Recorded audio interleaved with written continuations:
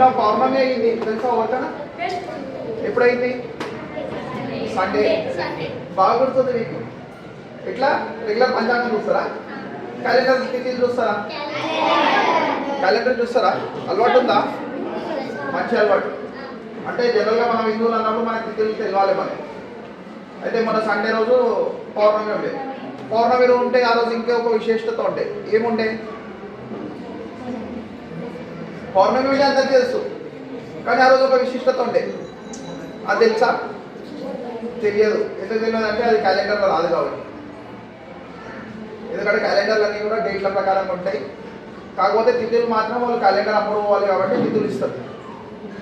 కానీ తిథుల ప్రకారంగా మనకి ఏవైతే పండుగలు ఉన్నాయి లేదా మన గురువులకు సంబంధించినటువంటి జయంతులు ఏవైతే ఉన్నాయి అవిటి యొక్క విశేషాలు మాత్రం వాళ్ళు ఇయ్యరు. అయితే ఆ పౌర్ణమి రోజు మాఘ పౌర్ణమి అంటారు. అంటే ఇప్పుడు మాఘమాసం నడుస్తుంది కదా, మాఘ పౌర్ణమి అంటారు. మాఘ పౌర్ణమి రోజు సంత్ రవిదాస్ యొక్క జయంతి ఉండేది. అంటే తిథి ప్రకారంగా మాఘ పౌర్ణమి రోజే మనం జరుపుకుంటాము. అది మనకి 1 ఫిబ్రవరి రోజు వచ్చింది, ఆదివారం వచ్చింది. అంటే ఇంగ్లీష్ క్యాలెండర్ ప్రకారంగా 1 ఫిబ్రవరి 2026 మాఘ పౌర్ణమి రోజు. అది సంత్ రవిదాస్ ఎవరు తెలుసా? తెలియదు మనకు. ఎందుకు తెలియదు అంటే క్యాలెండర్లో రాలేదు, తర్వాత ఎవరు స్టేటస్లో పెట్టలేరు, ఇంకోటి దానిపైన ఎవరు రీల్స్ చేయలేదు.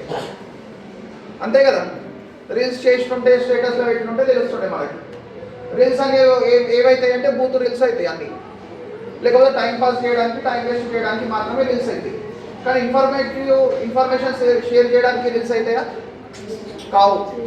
కావు కదా. మరి మనం ఏం చేయాలి? తెలుసుకోవాలి కదా. తెలుసుకోవాలంటే ఎక్కడ తెలుసుకోవాలి? పెద్దవాళ్ళతో తెలుసుకోవాలి, కరెక్ట్. లేదంటే స్కూల్లో ఇట్లా టీచర్ చెప్పినట్టు నాన్న తెలుసుకోవాలి, లేదంటే హనుమాన్ చాలీసా కేంద్రంలో తెలుసుకుంటారు. ఇంకెక్కడైనా తెలుసుకుంటారా? తెలుసుకోవాలి. ఎందుకు తెలుసుకోరు అంటే మీ పెద్దవాళ్ళకి తెలియదు కాబట్టి మీకు చెప్పలేదు, కాబట్టి మీకు తెలియదు. మీ పెద్దవాళ్ళకి తెలుసుకుంటుంటే మీకు చెప్పగలుగుతుండే వాళ్ళు. అవునా? సరే, ఇంకోటి మనం ఇక్కడ హనుమాన్ చాలీసా చేసుకున్నది ఎందుకోసం చేస్తున్నాము? జస్ట్ భక్తి కోసమే మాత్రమే కాకుండా మన ఆత్మ పరిశీలన చేసుకోవడానికి, మనలో ఆత్మవిశ్వాసం పెంచుకోవడానికి, మన క్రమశిక్షణను పాటిస్తూ నిబద్ధత భావంతో ఉండడానికి కోసం అని చెప్పి హనుమాన్ చాలీసా కేంద్రం నిర్వహించే భాగంలోనే మనం ప్రతిసారి ఏం చేస్తున్నాము? ఒక స్వతంత్ర సమర యోధుల గురించైనా చెప్తున్నాము, లేదు అంటే ధర్మయోధుల గురించైనా చెప్తున్నాము, లేదు అంటే ఒక గురువుల గురించైనా చెప్పుకుంటున్నాం. అయితే అదేవిధంగా ఇప్పుడు మనం ఈ వీక్లో ఎందుకు సంత్ రవిదాస్ని మాట్లాడుకుంటున్నాం అంటే సంత్ రవిదాస్ గారి జయంతి అనేది మనకు మాఘ పౌర్ణమి ఆదివారం వచ్చింది. దాని తర్వాత మళ్ళీ మనకి ఇవాళ శనివారం వచ్చింది. అంటే ఆదివారం తర్వాత మళ్ళీ ఇవాళ శనివారం కలుసుకుంటున్నాం మనం. ఇవాళ తేదీ ఇంగ్లీష్ క్యాలెండర్ ప్రకారంగా 7th ఫిబ్రవరి రోజు కలుస్తున్నాం కాబట్టి మనం మాఘ పౌర్ణిమ రోజు కలవలేదు కాబట్టి ఈ రోజు కలుసుకుంటున్నాం కాబట్టి చెప్పుకుంటున్నాం. అయితే వారు ఎక్కడ జన్మించారు అంటే వారణాసిలో జన్మించారు. వారణాసి ఎక్కడ ఉంది తెలుసా? తెలియదు. ఎందుకు తెలియదు అంటే వారణాసి పేరు మనం ఇంకలేదు, కానీ కాశీ నీకు తెలుసు, ఇక్కడ వేరే వాళ్ళకి తెలియదు.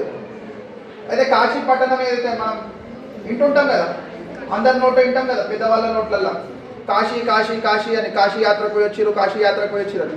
కాశీ పట్టణం పేరు వారణాసి అంటారు. అయితే వారణాసిలో వారు జన్మించిన తర్వాత వారి యొక్క లక్ష్యం ఏముండే?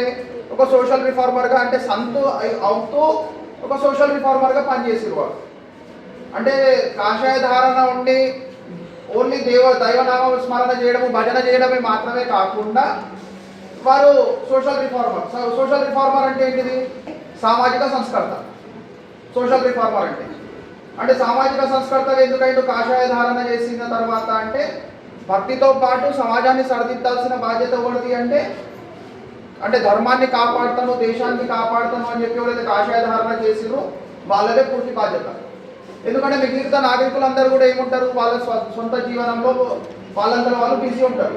బిజీ ఉన్నప్పుడు మరి వాళ్ళకి ఎవరు గుర్తు చేయించాలి? వాళ్ళ కర్తవ్యాన్ని ఎవరు గుర్తు చేయించాలంటే కాషాయ ధారణ చేసినటువంటి సాధువులు సంతులు గుర్తు చేయించాలన్నప్పుడు సంత్ రవిదాస్ గారు ఏం చేసారు? ఆ కాలంలో ఏదైతే కుల ఆచార వ్యవస్థ ఉండే ఆ కుల ఆచార వ్యవస్థలను నిర్మూలించడానికి, తర్వాత పేద ధనికుడు అన్న భావన నిర్మూలించడానికి కోసం అని చెప్పి సమాజంలో ఒక సరైన సంస్కారాలు తీసుకురావాలని ఒక సంస్కర్తగా, అంటే సంత అవుతూ ఒక సంస్కర్తగా, సమాజ సంస్కర్తగా ఆయన పని చేసాడు కాబట్టి వాళ్ళు మీతోటి ఈ విషయాన్ని చర్చిస్తున్నాం.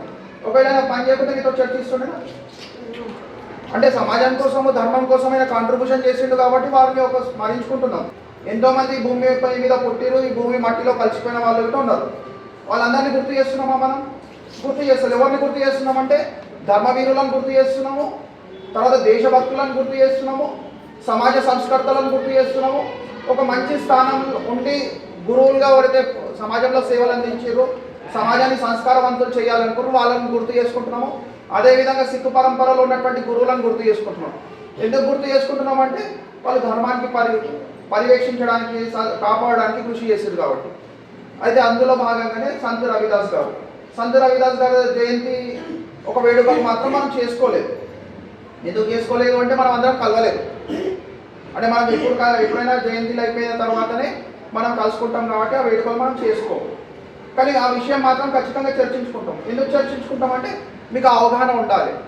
అంటే మన భూమి పైన ఇట్లాంటి సంతులు కూడా ఉన్నారు, ఇట్లాంటి సాధువులు కూడా ఉన్నారు. అంటే కాషాయ ధారణ చేసి వాళ్ళు భక్తిని ప్రచారం చేయకుండా సమాజ కర్తవ్యాన్ని నిర్వర్తిస్తూ సమాజాన్ని సంస్కారవంతులు చేయడానికి ప్రయత్నం చేసినటువంటి గొప్ప వ్యక్తే మనకు సంత్ రవిదాస్ గారు. మరి వారిని గుర్తు చేసుకోవాలా, గుర్తు చేసుకోద్దాం? గుర్తు చేసుకోవాలి కదా. గుర్తు చేసుకునే భాగంగానే మీకు చిన్నగా ఆయన గురించి చెప్పిన. అయితే ఇప్పుడు మనం హనుమాన్ చాలీసా చేస్తున్నాం. ఇక్కడ హనుమాన్ చాలీసాతో మనం ఏం నేర్చుకోవాలి?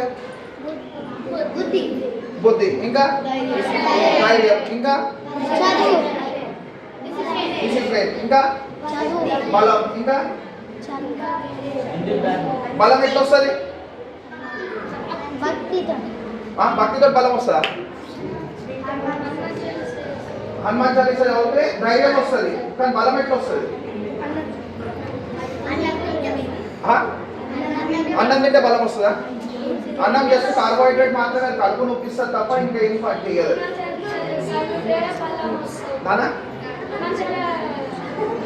చెప్పు చెప్పు చెప్పు. చదివితే బలం రాదు, చదివితే బలం వస్తుంది. అయినా ఏం చేయాలి మరి బలం రావాలంటే? సరే, కరెక్ట్. తన కరెక్ట్ చెప్పిండు. మళ్ళీ ఒకసారి చెప్పు. అంటే ఆరోగ్యవంతమైనటువంటి ఆహారాన్ని స్వీకరిస్తే మన బుద్ధి బలం పెరుగుతుంది, శారీరక బలం పెరుగుతుంది. శారీరక బలం, బుద్ధి బలం పెరిగిన తర్వాత ఏమవుతుంది? మానసిక శక్తి పెరుగుతుంది. మానసిక శక్తి పెరిగితే ఏమవుతుంది? మనం శాంతవంతులం అవుతాం. శాంతవంతులం అవుతే ఏమవుతుంది? డిసిప్లిన్ వస్తుంది. డిసిప్లిన్ వస్తే ఏమవుతుంది? కాన్సన్ట్రేషన్ పెరుగుతుంది. కాన్సన్ట్రేషన్ పెరిగితే ఏమవుతుంది? మార్కులు ఎక్కువ వస్తాయి. చదువు మంచిగా వస్తే ఏమవుతుంది అంటే మార్కులు ఎక్కువ వస్తాయి. మరి ఏం చేద్దాం మనం? హనుమాన్ చాలీసా చదువుదావా? మంచి ఆహారం తినొద్దా? తినాలే కదా మంచి ఆహారం. లేక రోడ్డు మీద మిర్చి బజ్జీలు తినాలా? పిజ్జాలు బర్గర్లు తినాలా? లేకపోతే పాషిపోయిన కేకులు తినాలా? పాషిపోయిన కేకులలో ఏమేస్తారు? ఎగ్గులో ఎటువంటి ఎగ్గులు వేస్తారు? మంచి ఎగ్గులు వేస్తారా లేక పురుగులు వచ్చిన ఎగ్గులు వేస్తారా? మరి అవి తింటారా? మరి ఏది తింటారు? తింటారు కదా. వెజిటేబుల్స్, ఫ్రూట్స్, మంచి పౌష్టిక ఆహారం, రెగ్యులర్గా ఒక గ్లాస్ పాలు. డ్రై ఫ్రూట్స్ అందరు తినగలుగుతారు, అందరు తినలేరు. అందరు తినగలుగుతారు, అందరు తినలేరు. కానీ డ్రై ఫ్రూట్స్ కూడా సబ్స్టిట్యూట్ ఉంది తెలుసా? వర్కర్ తెలుసా? దానికి సబ్స్టిట్యూట్ ఉంది. ఏం సబ్స్టిట్యూట్ ఉంది తెలుసా? అందరు బాదాంలో పిస్తాలు తినలేరు కదా. అందరు తినలేరు. కొందరు మాత్రమే తినగలుగుతారు, కొందరు మాత్రమే ఎఫర్ట్ చేయగలుగుతారు, అందరు చేయలేరు. మరి దాని సబ్స్టిట్యూట్ ఏంటి తెలుసా? నానబెట్టిన పల్లీలు. రాత్రి పల్లీలు నానబెట్టాలి, పొద్దున తినాలి. పూల చెంగలు ఉంటాయి కదా, పూల చెంగలు బెల్లం, మంచి పౌష్టికాహారం. ఆర్మీలో సైనికులు అయితే హిల్స్ ఎక్కుతారు కదా, వాళ్ళకి రెగ్యులర్గా ఇంత క్వాంటిటీలో బెల్లము ఇంకా చెంగలు ఇస్తారు వాళ్ళకి ఎనర్జీ కోసం. పూల చెంగలు ఇంకా బెల్లము పేద తింటే మీకు బుద్ధి వికాసం కూడా మంచిగా అవుతుంది. అందుకే హనుమంతుడికి పూల చెంగలు ఇస్తారు, కానీ మనం తినం. హనుమంతుడికి ఇస్తాము కానీ మనం తినం. అవునా? హనుమంతుడికి ఎందుకు ఇస్తారు అంటే హనుమంతుడు బలవంతుడు కాబట్టి, హనుమంతుడికి బలం కావాలి కాబట్టి పూల చెంగలు బెల్లం ఇస్తారు, కానీ మనం తినం. ఎందుకు తినామంటే పంచానికి మాత్రమే తీసుకొచ్చినాం, పంచుకోండి అని అంటాం. ఎందుకంటే తింటే మళ్ళీ నోట్లో తట్టుతుంది అని చెప్పి అనుకుంటాం. మరి తింటారా? మరి అమ్మాయికి ఏం చేసి వస్తారా? గుళ్ళ తింటారా? తింటే ఏమవుతుంది? వస్తుంది కదా. మరి బలవంతులు అవుతారా? సరే వచ్చి సరేనా? ఇంకేం చేస్తారు? పొద్దున ఎప్పుడు లేస్తారు? 4:30 చేస్తారు.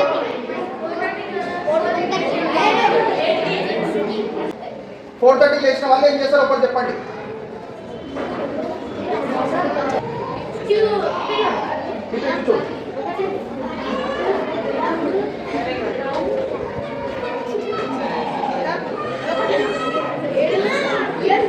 తప్పు చేయండి.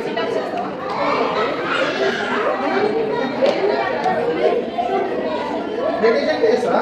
సరే, వీళ్ళ కోసం ఏం చెప్పాలి?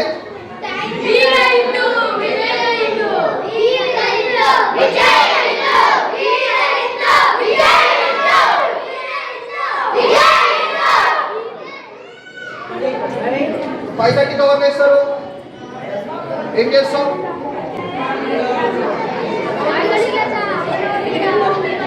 కొద్దిగా ఆగాలి అన్న, కొద్దిగా ఆగాలి, కొద్దిగా ఆగాలి ప్లీజ్. సపోర్ట్ చేయొద్దు. నువ్వు లేచి నిలబడు. ఏం చేస్తావు?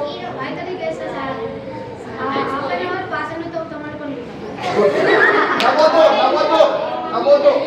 ఇంట్లో అమ్మ నాన్నకి సహాయపడుతుండు కదా, అమ్మకి సహాయపడుతుండు కదా, నవ్వద్దు. తన మంచి పని చేస్తుండు, గర్వంగా చెప్తుండు, తన ధైర్యంగా చెప్తుండు, ధైర్యంగా చెప్తుండు కాబట్టి తన వీర హిందూ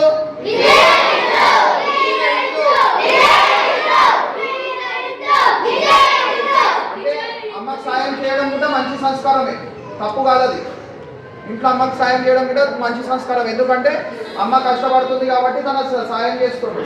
అంటే అన్ని అమ్మనే చేయాలని చెప్పి ఏం లేదు, ఇక్కడ రాసి లేదు. అమ్మకి సహాయపడడం కూడా మంచి పని. సహాయపడకుండా మనం హోటల్లో ఉంటలేం కదా, ఆర్డర్ చేయగానే అన్ని మన టేబుల్ మీద రానికి కాదు కదా.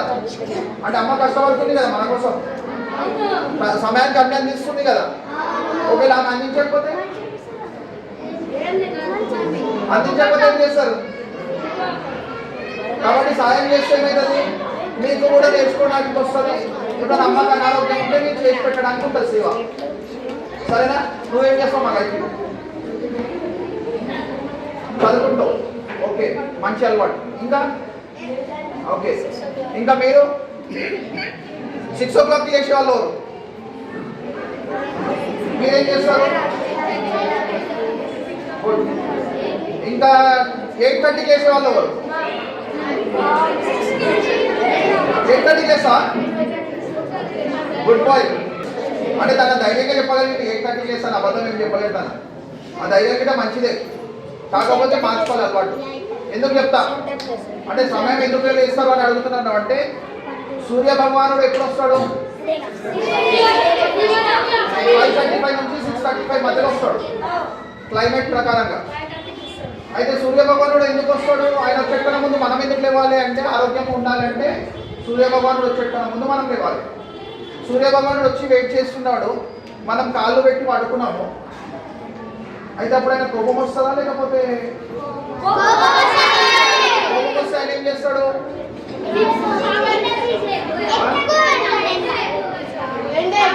నేను చెప్తాను, అందరు కన్ఫ్యూజ్ కాకండి.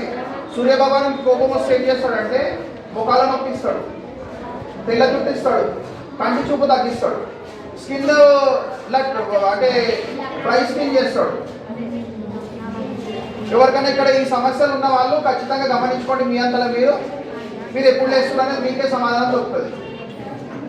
అంటే ప్రాక్టికల్ చెప్తున్నా నేను. అంటే సింటమ్స్ చెప్పేసిన మీ అందరూ మీరు సెల్ఫ్ అనలైజ్ చేసుకోండి. మేము ఎప్పుడు లేస్తున్నాం, మాకు ఏ సమస్య ఉంది, ఆ సమస్య మాకు రాకుండా ఉండాలి, తగ్గాలంటే ఎప్పుడు లేవాలి? సూర్యుడు వచ్చేట ముందు లేవాలి. ఇంకేదో చెప్తున్నానంటే నేను వచ్చినప్పుడు టీచర్ మీతో సూర్య భగవాను యొక్క మంత్రాన్ని జపం చేయిస్తుంది. కాబట్టి నేను కరెక్ట్ మీకు అర్థం కావాలి. టీచర్ ఏదైతే జపం చేయించి ఆ జపం మామూలు జపం కాదు, చాలా పవర్ఫుల్ జపం. ఆ జపం మీరు చేసిరు అంటే మీరు ఉన్నత గతి పొందుతారు. మీరు అంటే మీరు ఎంత అభివృద్ధి చెందుతారంటే మీరు ఎక్స్పెక్ట్ చేయలేరు అంత అభివృద్ధి చెందుతారు. అంటే మీరు ఇమాజిన్ కూడా చేయరు అంత అభివృద్ధి చెందుతారు. ఎందుకంటే ప్రత్యక్ష దైవం సూర్యుడే. సూర్యానుగ్రహం ఉంది అనుకో, శని భగవాన్ కూడా ఏం చేయరు. చాలా మంది అంటుంటారు కదా, శని పట్టింది దరిద్రం పట్టింది, శని పట్టింది దరిద్రం పట్టింది అని. శని భగవాన్ ఎవరంటే సూర్య భగవాన్ కొడుకు ఆయన పడితే మంచి గిడ చేస్తాడు, చెడు గిడ చేస్తాడు. మనం చేసే వ్యవహారం పైన మంచి చేస్తాడు, చెడు చేస్తాడు. అదే ఒకవేళ వాళ్ళ తండ్రి కాలు పట్టుకున్నాం అనుకో, కొడుకు ఏం చేస్తాడు? కొడతాడా? మంచి బ్లెస్సింగ్స్ ఇస్తాడు, మంచి బ్లెస్సింగ్స్ ఇస్తాడు తండ్రి కాలు పట్టుకుంటే. శని భగవాన్ ఎవరంటే సూర్య భగవాన్ కొడుకు కదా. మనం సూర్య భగవాన్ ఒకవేళ పూజ చేసినాం అనుకో, శని భగవాన్ ఏం చేస్తాడు? ఆశీర్వాదం ఇస్తాడు. ఇప్పుడు మీకు ఇంట్లో ఉన్న ఏమైనా వస్తువు అవసరం ఉంది, నాన్న దగ్గర చెప్తారా ఫస్ట్, అమ్మ దగ్గర చెప్తారా? అమ్మ దగ్గరనే చెప్తారు కదా. మమ్మీ అంటే డెడ్ బాడీ. పోయి గూగుల్లో పోయి సెర్చ్ చేసుకోండి, పోయి గూగుల్లో సెర్చ్ చేసుకోండి, మమ్మీ అంటే డెడ్ బాడీ. రోమన్ కంట్రీస్ వల్ల అక్కడ వాళ్ళు ఏం చేస్తుంటారంటే పూర్వకాలం మొత్తం నగలన్నీ వేసుకొని బంగారం వేసుకొని చనిపెట్టడం ముందు వేసుకొని ధరించి వాళ్ళు అలా పాతి పెడతారు కదా. పాతి పెట్టినాక కొన్ని వందల సంవత్సరాల తర్వాత తీసిన డెడ్ బాడీస్ ని మమ్మీస్ అంటారు. అయితే మరి మీరు ఇంట్లో ఉన్నది ఎవరు? మమ్మీ ఎవరి ఇంట్లో ఉంది? ఉందా మమ్మీ ఎవరి ఇంట్లోనేనా? మరి ఎవరు ఇంట్లో? అన్నదంటే ఇంత తీసుకుంటాను అంటే నేను డైరెక్ట్ మాట్లాడతా ఈ విషయాలు. ఎందుకు మాట్లాడతాను ఇట్లా అంటే, మీ లోపల మార్పు రావాలంటే మీకు అట్లా కలగాలి. అంటే ఇట్లా పిన్ను కావాలి. ఇట్లా పిన్ అయితేనే మీరు మారుతారు. ఆ పిన్ అయితేనే మీరు అమ్మ అని చెప్పి పిలుస్తారు. అమ్మ అన్న దాంట్లో ఆత్మీయతనం ఉంటుంది, ఆప్యాయత ఉంటుంది. నాన్న అన్న దాంట్లో అదే ఉంటుంది. అర్థమైందా? పోయి గూగుల్ చేసి చూసుకోండి కావాలంటే. సరేనా? మంచిదా?